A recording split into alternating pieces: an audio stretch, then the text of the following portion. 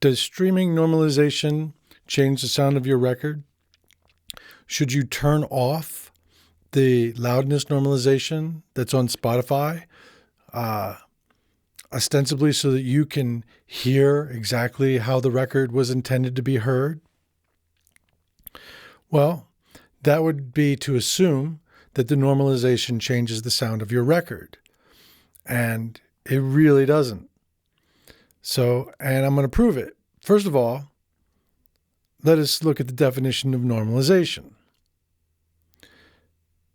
Normalization, audio normalization, let me make it so I can see it here, simply adjusts the gain of an audio file so that some measurable feature, usually peak level or integrated loudness, matches a predetermined target level. So normalization is merely gain.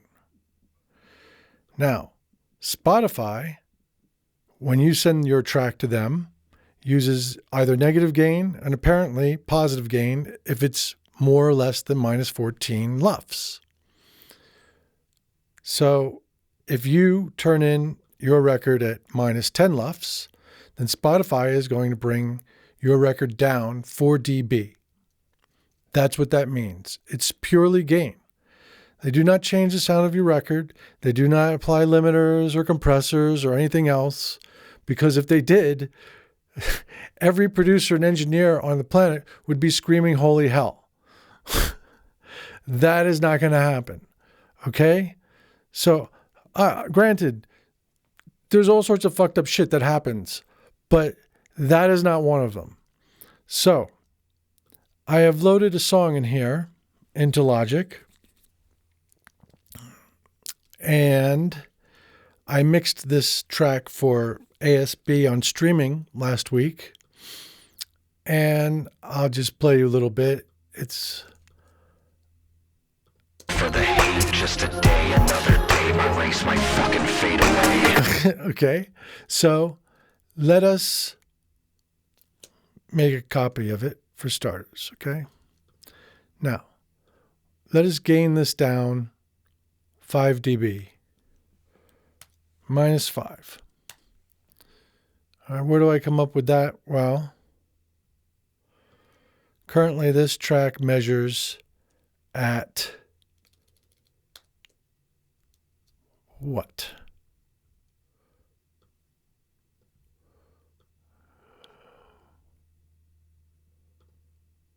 Let's see. At minus 9.2 LUFS integrated. Okay? So, sorry, I'm having a little trouble with my windows here. So I brought that record down 5 dB. Let's just mute that. And I'm going to bounce it.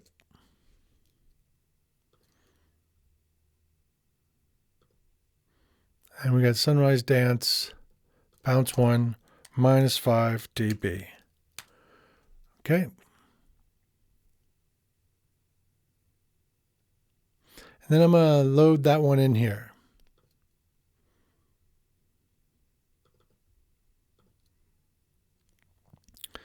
Now, let's just take a look at the RX9 again. And let's load in that one. Minus 5 dB version. And now what does our LUFS read? Minus 14.2. So, aside from the 0.2, what's going to happen is Spotify is going to gain down your minus 9 LUFS track to minus 14. So, does that change the sound? Well, let us bring in the minus 5 dB version, which I bounced. The gain is normal. Let's bring the gain up 5 dB. So now we're adding the 5 dB back, right? And now let's, pardon me.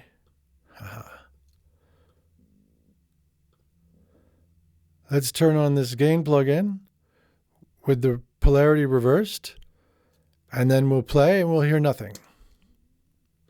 And the reason that we hear nothing, look, if I bring this down, you start to hear stuff, right? If I mute this plugin, you'll hear it. Let me bring this down so we don't blast you. Okay, as soon as I put the plugin back in, they're nulling. So what does that nulling mean? Well, if I was able to bounce the track with a 5 dB gain reduction and then bring that 5 dB gain reduction back and it nulls with the original track, that means gain does not change the sound of your record. And if normalization is gain, which it is, then the normalization from Spotify does not change the sound of your record. So when you turn off the loudness normalization on your Spotify, all you're doing is ruining your own enjoyment. And the people that do it tend to be audio people. Yet somehow none of these audio people do a little bit of research or testing to determine that normalization isn't actually changing the sound of their record. So if they left the normalization on, they wouldn't be freaking themselves out because other records are louder than theirs, which then causes them to go and make their record even louder, which is this vicious loop. So if you are an audio person and you have the normalization turned off, then you don't understand what you're doing. Turn the normalization on and listen to the records at a comparative level. Then you can make adjustments to how you mix so that your -14 LUFS record actually sounds louder, apparently, that's apparent loudness, than everybody else's, rather than just trying to make your record as loud as possible when 80% or more, I think it's 83% is what Ian said, Ian Shepherd, 83% or more of the people are listening to your record with that normalization on. So I have a feeling that number includes people that maybe listen on their web browser or through third-party applications because the normalization does not apply there, right? So that means 80% of the people listening to your mixes on Spotify or your records on Spotify are listening with the normalization on. Why are you trying to please the 20% that have it turned off, most of whom probably are in audio in some shape or form? So it's all very ridiculous. Keep the normalization on, and then you can evaluate what's really happening, and you can make the listening experience better for you, and you can understand that when the listener is having their listening experience in a way where they don't have to constantly reach to turn down their volume, which is nothing short of annoying, right? Then you're attacking the market that you want to reach. That's all I have to say on this.